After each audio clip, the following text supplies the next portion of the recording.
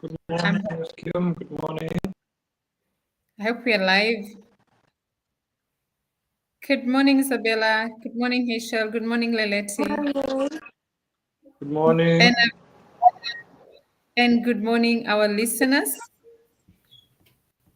So, yeah, a very good morning. Please unmute your side because there's an echo. Yes, this is Miss Kim on the African STEM Queen podcast, coming to you with a very thought-provoking. If you're joining us from Facebook, LinkedIn, YouTube, and whichever part of the world, you're welcome. Please come. It's a conversation we all need to have. And this is something that it's affecting us and it's going to affecting us. It doesn't matter where, from the village to the cities. So join us. Let's have this conversation. Share what you know. You can share, you can put on our comment section. And you're always welcome to join our podcast. So I'm joined by youth. And this is, I think youth, we've seen they're the change agents. And we've seen it since time immemorial. They always extremely disruptive, extremely brave, and brilliant. And this is no different. We're counting on them to lead us, and especially for the African continent. So we have a brilliant podcast topic, which is titled Beyond Jobs: Can Digital Skills Heal Inequality, Identity, and Digital in Africa? It's a very sensitive topic. We've all seen the scare of job losses. So currently, AI is rewriting the rules. Be it work, be it the way we live our lives, everything is affected in one way or the other. So, can we survive AI? And can we lead the AI revolution? So, I'm just going to start with our audience saying hello, introduce yourselves, tell us what you do and what you think about the topic for the day. Leleti, the mic is yours. Good morning, everyone. My name is Lilith Sasha, and I am an advocate for women in tech, and I'm very excited to engage in this conversation with you all. Thank you, Leleti. Then let's go to Isabella. Tell us about yourself and do your intro. Hi, everybody. I'm Isabella Cave, and I work with Destination Imagination. I work with them as a digital specialist, but I am a developer by trade. And this is the kinds of conversations that we have in our day-to-day, and it's really great to be having this conversation on a platform like this. Great. Hi, guys. I am Herschel. I'm one of the project coordinators at Future Tech. I'm also a digital marketing specialist this side. And I am looking forward to having this very engaging conversation with you guys. Thank you. It's quite exciting. The energy changes when youth steps into the room. They're always good to go. So I'm going to start with my first question that goes to Leleti. Can you tell us, are digital skills the right solution or just a trendy thing? Are we just going with the wave, or this is what we should focus on? Thank you for that question. I would say that digital skills are a necessary solution, but I wouldn't say that they're a silver bullet. You know, as we are digitalizing rapidly, not having digital skills leaves you kind of locked out of opportunity. But I believe that the danger really lies in treating digital skills as a buzzword or as a box to check rather than part of a deeper long-term strategy. Yeah. So tell me, Leleti, can you go deeper on a broad perspective? What exactly do you mean when you talk about digital skills, and what specific skills should we all ensure that we have? I think the most important one, right, and emphasis that we kind of hear floating around is cybersecurity, is being savvy when it comes to cybersecurity. I think that is something that's oftentimes overlooked. So when we're talking about digital skills, we are talking about First of all, just access to these skills. We're talking about understanding the languages, understanding the platforms, and like I said, most importantly, cybersecurity. How do you ensure that your data is protected online? Yeah, because I've seen a lot of very scary deepfake videos. I think AI is getting smarter every day. Sometimes it's actually hard to tell who is speaking. And this can affect us in so many different ways. Isabel, please tell us. As Leleti says, yes, they're important. However, there's so many other skills that people need to get, but they need to package themselves with the digital skills. Does this look like the solution to unemployment? Well, this can, from my perspective of being able to work in tech currently, it is an environment where you can tap into it without any prior experience, without any prior need for extensive, in-depth understanding of tech. So it is an open playing ground, essentially. It's an opportunity for people to tap into skills, necessary skills, mind you, in the day and age that we live in, without any.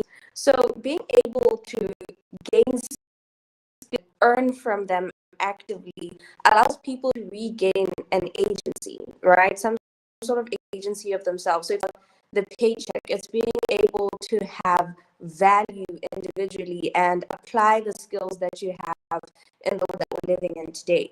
So what happens now is when people are able to gain these skills and regain their own agency and dignity that comes from having skills, they're more able to put themselves into positions where they can now facilitate their own development within their lives. So now they're able to access that they couldn't access before. Poverty is such a limiting thing. It limits you in every aspect of your life. You're not in a space to explore ideas. You're not in a space to, how do I put this, to grow. So growth is very limited when you don't have access to skills that can be able to pay for the ideas, for entrepreneurship, mind you. So skills tech tend to bridge that gap for people. It allows for people to now explore beyond just the limiting ideas and beliefs that you have when you do not have access to skills that provide value as an individual or even as a community. Interesting. I like it that I you hope say I that. answered that. Yeah, your statement is very enriching. Would you want to go deeper on? You've touched on something that's very close to my heart, entrepreneurship. Do you see people able to create their own jobs? Oh, absolutely, absolutely. You see, the tech space is extremely dynamic. So it's myriad of things that you could step into. There's cloud computing, there's cybersecurity, like Laleti mentioned, there's digital marketing. And once you step into the space, you see that there's opportunities everywhere for you to be able to create something of, for you to be able to develop your own entrepreneurial spirit. And definitely, when most people get into tech, that's 100% of what you're thinking of. You're thinking of making money for yourself, creating a business, creating your own companies. This is the perfect opportunity for you to tap into any little space that there is out there, because it's such a vast space. It's huge. It's mind-boggling how much you can just step into the space, just get that first step into the space and access absolutely anything. Great. Thank you. So we seem to be getting somewhere. Now, I'd love to get to know from Rachel. Lexi, do you have your hand up? Yes, I Please. just want to engage with what Isabella just said, especially tapping onto poverty. I think that there is a need for an understanding that poverty really often isn't just about money. It's poverty of the mind. It's about perceived worthlessness. When people don't know how to navigate digital systems, they're made to feel like outsiders or embarrassed to ask or ashamed to admit what they don't know. And so the importance of digital literacy is that it builds confidence to enter these spaces. It shifts people from feeling lost or excluded to feeling competent, into feeling like they fit in within a space, feeling connected and capable as well. So yeah, that's just on the importance of digital literacy. Wow, you mentioned something super sensitive. And it's sometimes it's very easy for us to be oblivious of that. Because it's let's look at AI could make or break us. It can enhance inequalities where a lot of people feel underrepresented. Some people feel we don't fit in. We don't know what you're talking about. So tell me, as a project lead, Mr. Heschel, how are you bridging that gap? And can you please tell us a little bit about what you're doing with students within Future Tech Youth Program?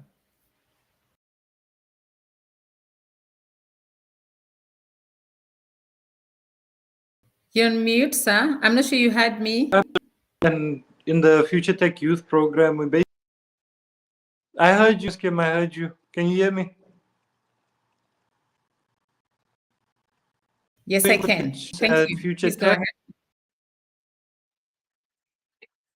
Yeah, we are basically them and teaching to gain certain skills, develop a skill set on how they can navigate the world using tech. And I know there's a common misconception that tech is only supposed to be used for people in, and we're trying away from that misconception too, because we can use tech in other areas in our lives. Because truth, not everyone is made for the tech industry. Used to make yourself a person outside of it. Like even the other day, I was navigating these AI platforms and whatnot. You can use artificial intelligence to improve your lives, to better yourselves, because you can use to identify niches in the market, how you can exploit those as a person outside of tech, what you can do, build side hustles, not even side hustles, build like income using artificial intelligence. Yeah. So what improvement are you seeing from your students so far? And do you have a cohort that already digitally skilled, or some of them are stepping into the space for the first time? How do you get them to warm up and accept and just feel, yeah, I can learn this, and maybe just fall in love with it? Absolutely. We do have a couple of students that have been new to this. Some of what ChatGPT was, and then we took them out of that space, and they are getting more comfortable. They are getting more confident with it, and they are doing various signs of improvement. At first, it was a bit slow. Progression is substantially increased. They are showing that they are getting the hang of things. They are getting used to it. They can navigate their way around a computer now. Are showing very aggressive improvements. You can see that they will be ready for the world when they're done with the program. Exciting. It must be so fulfilling for you to be the person who is leading them out of that situation and getting them to warm up. Absolutely, Ms. Yes, yeah. I don't know if you would challenge, because you constantly, all of you challenge my thinking, which I appreciate, because obviously you're smarter than I. I feel like tech skills are not anymore a nice to have skills. They are a must have. And when I talk about tech skills, I don't mean that everybody has to be a programmer. I just mean just getting to know the basics that can. I constantly feel a tech tool that cannot solve your problems, you don't need it. And it's literally dead on arrival. So, and each one of us, we have within what we do, the tech skills we need, the tech tools that we need to have. And I know Leleti is waiting to pack me in my box. Leleti, please do the honors. Do you agree with my thinking? I do 100% agree with your thinking, Ms. Kim. Tech is no longer a nice to have. It really is a must have.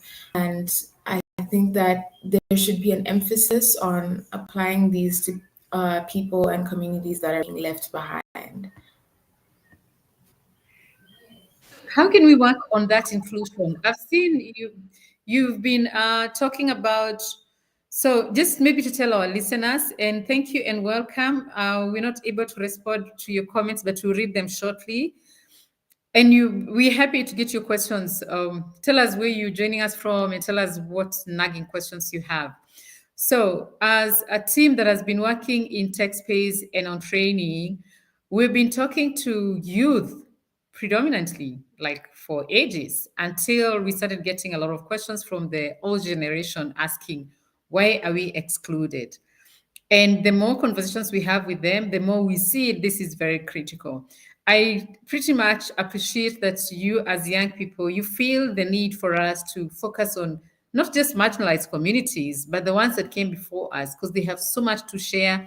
They're brilliant, they're wise. And I've seen you've been very, very forthcoming, leading, not just training the students you train, but also working on the Future Tech Ignite. Isabel, would you want to tell us a little bit about Future Tech Ignite and why? What are you looking at? What are the main objectives? What do you want us to walk away from? What do we want us to? What do you want us to accomplish? What are the main objectives? What do you want us to learn? But you can just start with unpacking Future Tech Ignite. What is that? What is expected? Okay. Thank you so much for the opportunity to talk about that because I'm quite excited to share. So Future Tech Ignite is a program that's designed for professionals. So usually, like we've been mentioning earlier, we usually work with children. So people from 16 and above, and we're teaching them tech skills and tech literacy, like Lilith mentioned. But with Future Tech Ignite, it is a program that is geared towards people who are already in the professional world, right? We've come across so many people, right? I'll give an example of someone who's close to me. She's older and she's in her 60s. She's a professional with a master's degree in mathematics, right? And this is a person who's been navigating the world for a very long time. She has a PhD, she has a master's, she basically knows a wealth of information that we don't know. But when she was teaching people online, she found that she couldn't unmute her button online, and she decided to just quit the whole job entirely because she couldn't just figure out how to unmute herself on Zoom. And it's for people like that. You see, there's a lack of confidence in how to get tech with people that are older and are professionals and people who feel like they've already gained the necessary skills that they need. And what Future Tech Ignite does is it equips those professionals with the tools that they need to now navigate the dynamic world of tech. So now you will be learning about AI and AI automation. So once you gain your fluency in tech, you're comfortable with technology, you learn how to automate systems when you're working as an entrepreneur or as a business person or with a company. You learn how to automate things for yourself to the load of the manual labor that comes with daily work. You're also teaching you how to navigate cybersecurity. So you learn how to navigate the tech world when you're using those systems and you're automating your processes while simultaneously protecting yourself from anything that could happen out there. There's so many malware attacks that happen daily that people are unaware of. People right now are still falling for these very simple email phishing attacks that when you come to the Future Tech Ignite program, we teach you how to identify those malware attacks, how to protect yourself from those malware attacks, and how to protect yourself or navigate the online space.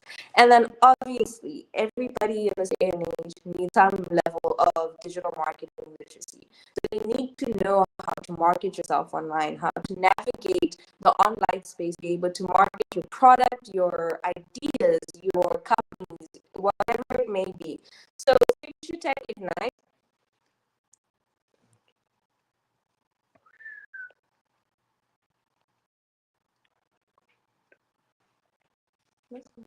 Feels like we've lost you. Can you hear me now? Yes, we can. Okay, I'm so sorry. We seem to be having issues with network. It's okay. So Future Tech Ignite is now a program that is scheduled for 1 day, where it's an intensive learning process for you to now familiarize yourself with those three key things. So your digital marketing, your cybersecurity, and your AI automation. This is a full power pack day so that you can step away from this with, mind you, a BQA accredited certification now to harness and use those skills in your everyday life. Skill yourself as an individual, as a professional in the world that we're living in today. I don't know if Herschel and Naleti want to add to this, if I've missed something, but that is basically the crux of what the Future Tech Ignite program is about. It sounds quite I exciting. feel like you've covered it It all, is. Isabel. I think I would just like to say that the beautiful thing about Future Tech Ignite is that the focus really is on empowerment. And we here at Future Tech really emphasize and really believe that true empowerment happens when digital programs, digital systems meet people exactly where they are. So that's in your language, in your context, and with respect for their existing knowledge. Such that it doesn't exclude anyone. I like that. Meet people where they are. So that means my fluency in my local language should not deter me from getting into tech, right? Definitely. That Whether that's neurodiversity, a disability, Mm. a language barrier, it shouldn't disadvantage you at all. Great, exciting stuff. And I know there's something Isabella didn't mention, and I know she's so passionate about it. I know she's looking so forward to it. She has the touch of, she likes things done pretty well. The location, how neat the place is. I think that's what I saw very exciting to Isabella. I'm sure for Herschel, the fact that we'll be streaming live, if you can take us through that. And then would love to know. It's always nice to be in a space where we're having a good time. We forget about a little bit about our office stress, our everyday things. And what do you have in store for us? And also, I'm sure there's going to be some good food. And as we talk about the good food, the nice space, the streaming live, networking with people across the globe, I would also like us to emphasize on the opportunity to network. We've seen in Botswana now, we have people packaging mopani worms. We have people packaging moroho wa Setswana, which is so exciting. And I could be packaging here, and there's somebody in Japan who would want me to export. Herschel, please take us through the live streaming, and I'm sure Isabel will come back and take us through the beautiful venue that you're taking us to and the food.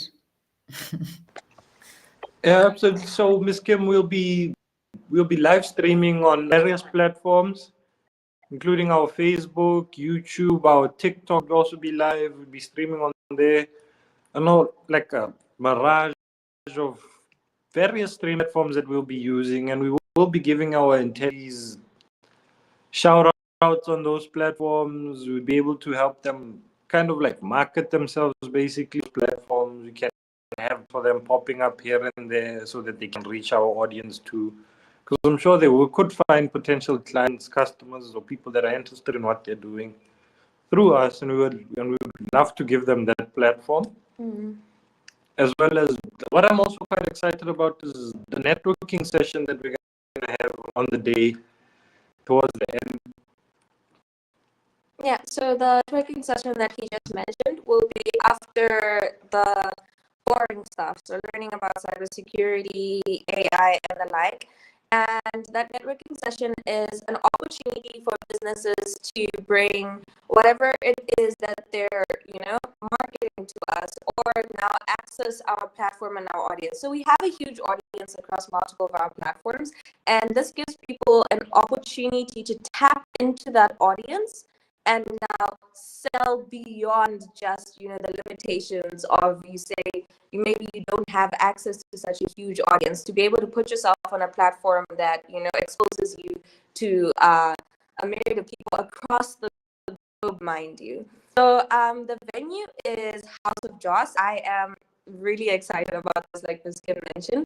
It is in Broadus, right after Broadus Primary. It's a really clean, nice, serene place, It's a step away from the everyday hustle of Gaborone. Being in the city can be quite exhausting. So you go there, you spend a day with us, you have your training in the morning, we provide a catered lunch after that, and then we offer that opportunity for networking and to access platforms and our audience.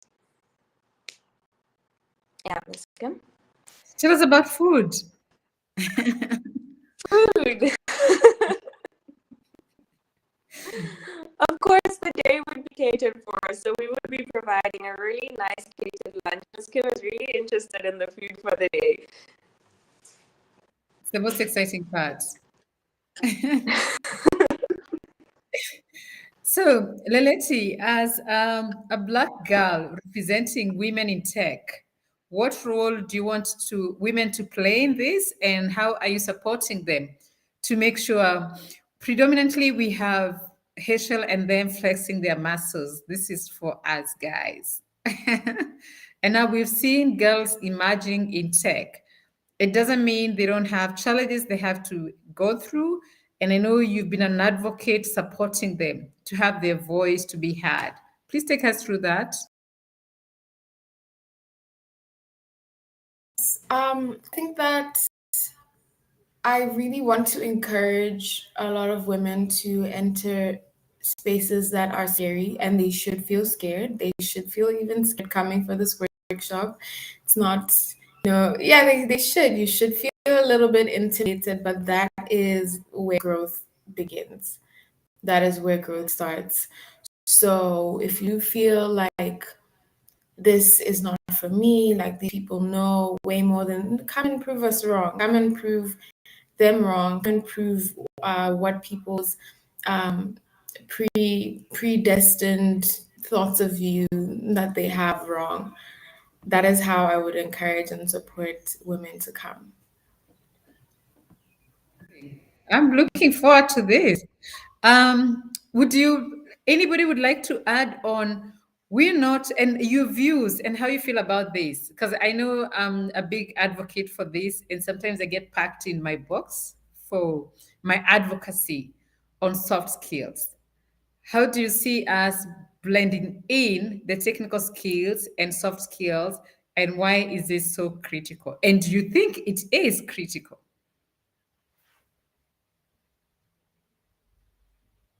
Who wants to go? I think from my perspective of things, skills are just start. They're just your stepping stone towards creating that reality that we talked about, right? But being able to reclaim your voice, your value, your potential is being able to communicate it, right? You can have all the skills we would need of you at company X, right? But if you are unable to now put yourself in front of people and communicate value that you hold as an individual, it's almost pointless. And as much as Ms. Kim values soft skills, I feel like it is a necessity for all of us. It is, you cannot navigate either the corporate space or entrepreneurship without being able to communicate your value as an individual. It must be heard, and it needs to be heard in the right spaces, in the right, and you are responsible for putting that out there. And it comes in conjunction with a lot of things, we, like I said, speaks to your soft skills too. You walk into your room, the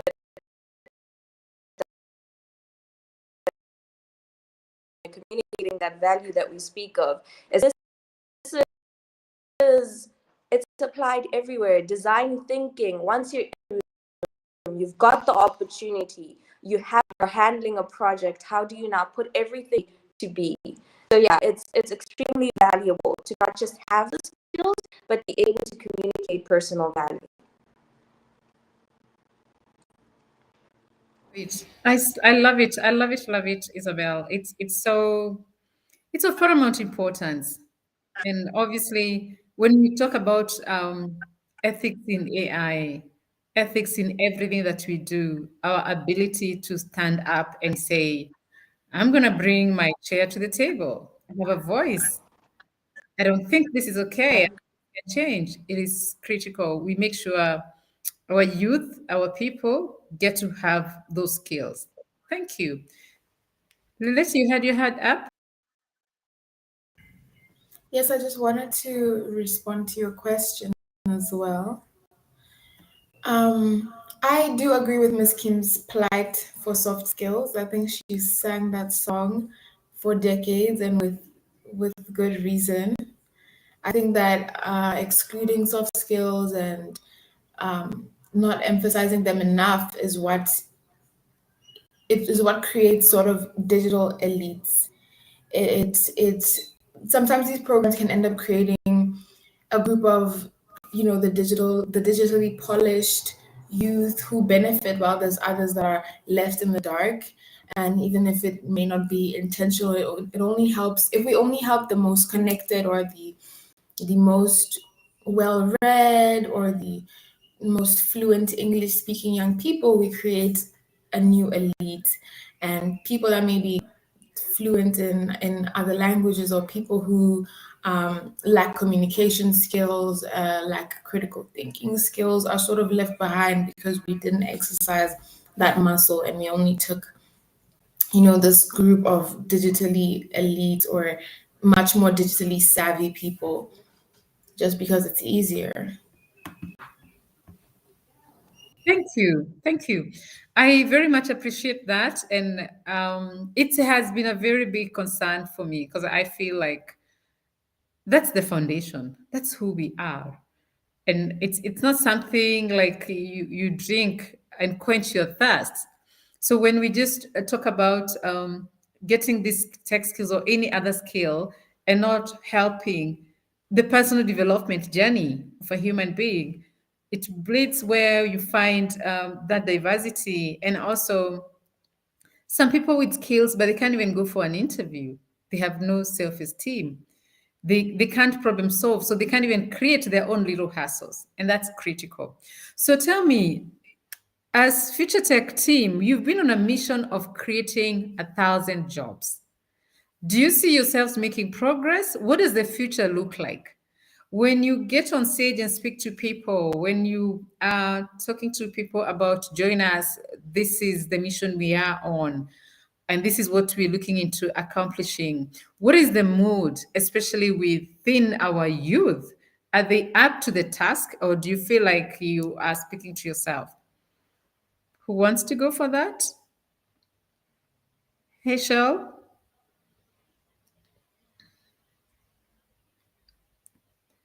I don't know if you can all hear me. Anyone who wants to respond to that? Would you say our youth are ready? I would say our youth are ambitious.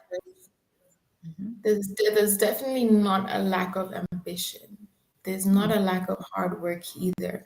I would say they just need to be provided with the right opportunities so that once they are job ready, they can take that at full storm. I see a lot of progress, especially within our Future Tech Ignite kids, the current cohort that we have. A lot of them really see a future in this. And even if it's not a future in tech, like Future Tech, it is a future that can allow them to have a career, a stable career. So that's quite tiring. When you feel I'm not talking to myself, the world is ready, children, adults want to embrace this. I've been super excited by people who've reached out in their 60s. I have one person who is 68. Super excited. We have actually another one joining us virtually from the US. He's 75. He's a STEAM education advocate, and he's constantly supporting youth on this journey. It's critical, it's important. So this is exciting, and I'm so looking forward to 1st of August, Future Tech Ignite. I am so sure there'll be so much for us to learn. If Lelet, you'd like to add on something to that effect? I would just like to say that this is a once in a lifetime opportunity. There's not a lot of spaces to find like-minded and ambitious people, whether that's old, young, disabled, any sort of people that are just striving for one important digital goal. So we welcome everyone to come, have fun, learn, network, speak out, lead on this exciting day. Thank you. I'm excited. I'm looking forward to that. And to all our listeners, thank you so much for joining us. See you on the 1st of August. We're going to be streaming live. And if you can access us, if you're in the city in Gaborone, in Botswana, please join us live. Thank you and goodbye.